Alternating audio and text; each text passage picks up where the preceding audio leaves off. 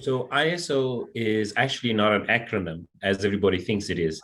ISO is actually the short name for the International Organization for Standardizations. So a lot of people then ask, why is it called ISO? Shouldn't it be called IOS? And actually, unfortunately, it actually derives from the Greek word isosis, which means equal to. And to be able to understand this, you'll have to perhaps go back into the 18th century, where the first person, as far as history can take us back, was Lord Kelvin, who established a standard for geometrical product specifications in terms of degrees Celsius, Kelvin, Fahrenheit, and the changing thereof. And then early 20th century, that's when Henry Ford started using standards in terms of being able to ensure there's a level of consistency when it comes to manufacturing products.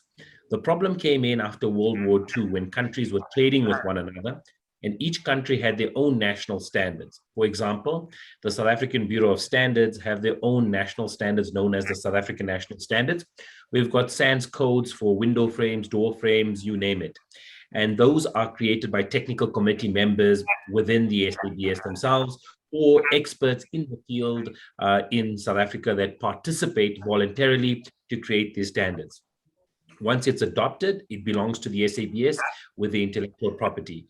Now, after World War II, when countries started trading with one another, the problem became where the perception was, if it was coming from a Swiss company or a Swiss country, then obviously the standard was more superior, even that being from a German country or company. But if it was coming from South Africa, or if it was coming from China, or any other developing country for that matter, it was denoted as to be poorer quality. So that's where basically this particular constraint was then given to the United Nations, who created a forum called International Accreditation Forum to listen to the voices with regards to the constraint of trade came in when it came to trading or products that were the same particular level. And that's when they decided that there needs to be a mandate to standardize standards. And that's where the birth of the International Organization for Standardizations in the late 1940s was established. It was initially created and established in the United Kingdom. And one of the key founders of the ISO family of standards was the British. But also what's unique to know is that the SABS were also members and founders of the particular ISO standards. It started off with 30 member countries, where each country would send a representative of their national standard and technical committee member, who would then debate it with the other 30 countries, and they would then adopt an international standard, which will elevate up to an ISO standard. And that basically is what gives you an indication of the benefit of ISO. It's best practice standard that's created by multiple bodies who own the standards in their country, who sit together to be able to create a level of standardizations, consistency. So when it comes to trade, when it comes to your plugs, when it comes to window frames, door frames, there's a level of consistency. And that's basically what ISO does. Their fundamental approach is to help standardize standards. They own the ISO standards, which is the intellectual property.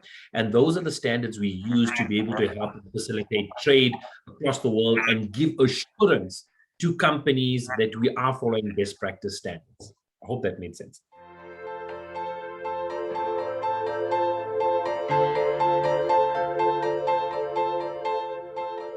So I think the question is more around what exactly is required for policies to be established, because a lot of companies feel we may just create policies for the sake of creating policies.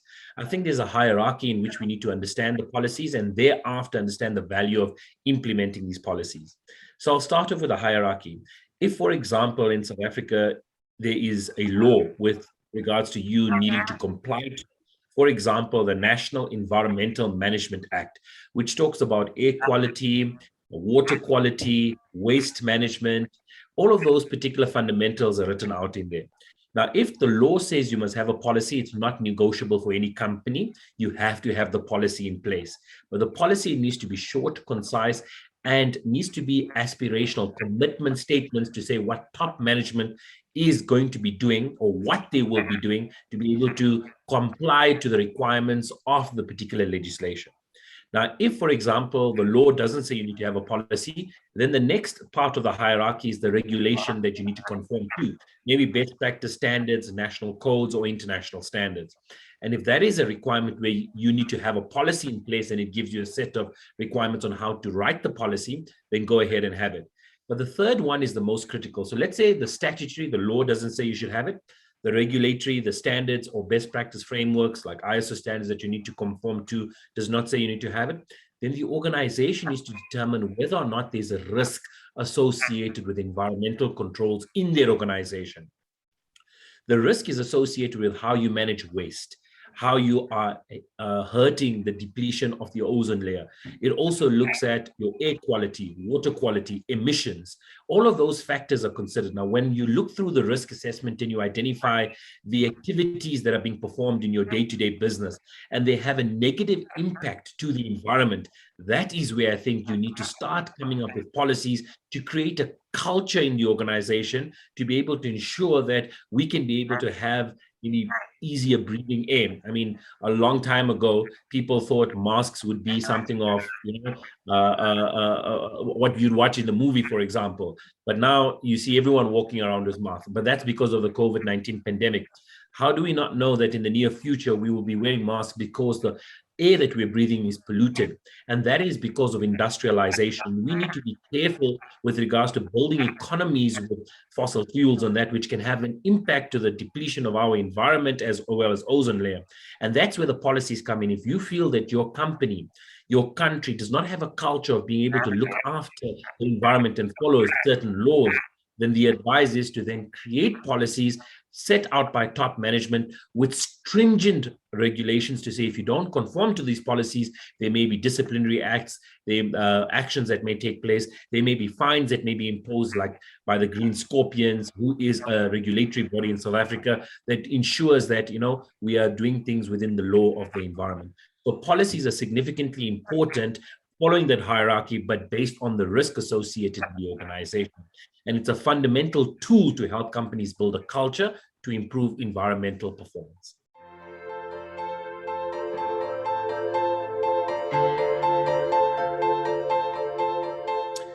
So we've got different modes of training at WWISE. We're an accredited training provider, and what we have is different ways of being able to showcase what the importance of the ISO 14001 standard is all about, as well as the National Environmental Management Act is all about. The first way we do it is where we have physical face-to-face training, where you come to our training premises and we actually train you on the fundamentals of what ISO is, what 14001 is, what is an environmental aspect, what is an environmental impact, what is environmental performance, and what do you need to do to implement an effective environmental management system in your organization, very high level. We also talk about different types of pollution, waste management, and also look at the positives and how companies, through case studies, have looked at recycling and changing a risk into an opportunity to be able to be the betterment of their organization, as well as scoring fundamental points in the stock market to give the confidence to the shareholders that they're meeting requirements. So you have the face-to-face training, you have virtual training as we're doing now over Zoom or Microsoft Teams. Then you have another product called e-learning, where you can actually log on to via a website and choose a course and then pay via payment gateway. And then you get the course where the content is changed into infographics, more like videos. So it's very difficult to interpret what the law says. It's very difficult to interpret what the standard says. So we've tried to create videos and animation to be able to allow everyone to understand, or laymen to understand, the context of what environmental is, what pollution is, what recycling is, and make it interactive, where you can be able to interact with the particular content and do summative assessments. The license is valid for 1 year, and it's about 8 hours of runtime. And you can choose to do 10 minutes today, 1 hour next day. You can do it as your own pleasure. And at the end, you have a short assessment to give you an indication of how well you've understood the particular content and the comprehension of the particular awareness training program.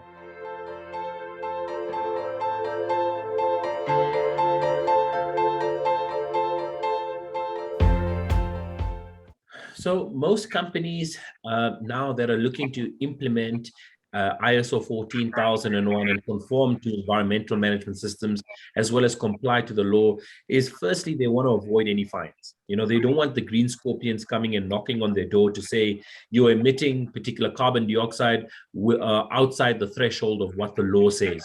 And due to that, this is basically the fine that you need to pay. There's multiple companies here that manage waste in a very very poor way, and that waste is having an impact to the flora fauna around us, to the natural habitants around us, such as animals, as well as even some of the households that are surrounding our environment.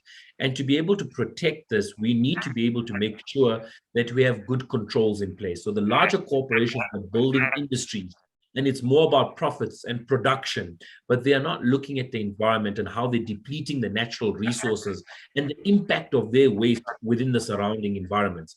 So to mitigate this factor, it is important to have compliance and conformance at a stricter way.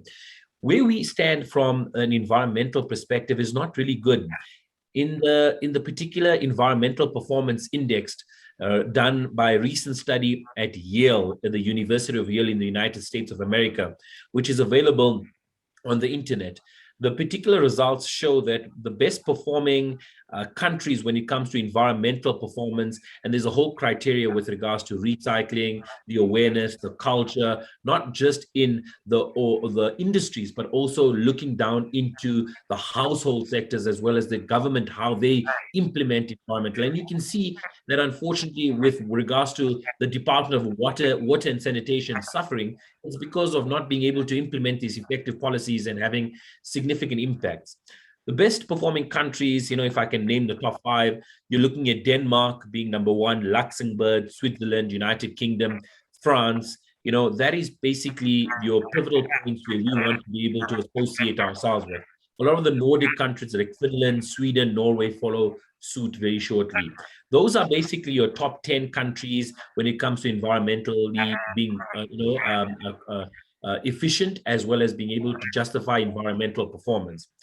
Where does South Africa fill in? There's about 180 countries in the study. And unfortunately, South Africa is not sitting at a good position. We're sitting at around number 95. So some countries might say, well, that's halfway, but it's to a stature of what we have, the credibility that we have, the industries that we have. I think we can do significantly more than what exactly we are doing when it comes to our environmental performance.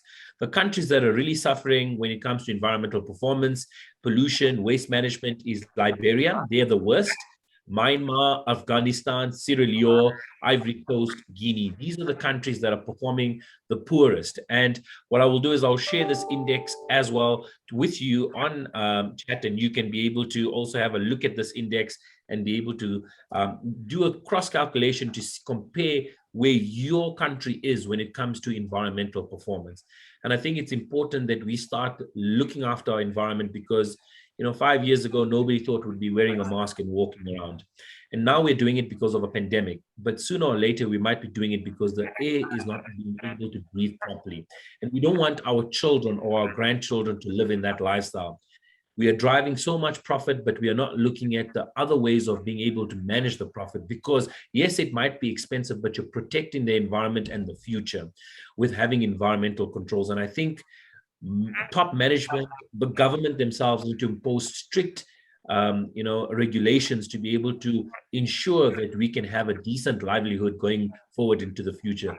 Because you can see that where does it snow in Africa? Where does it actually start hailing that much?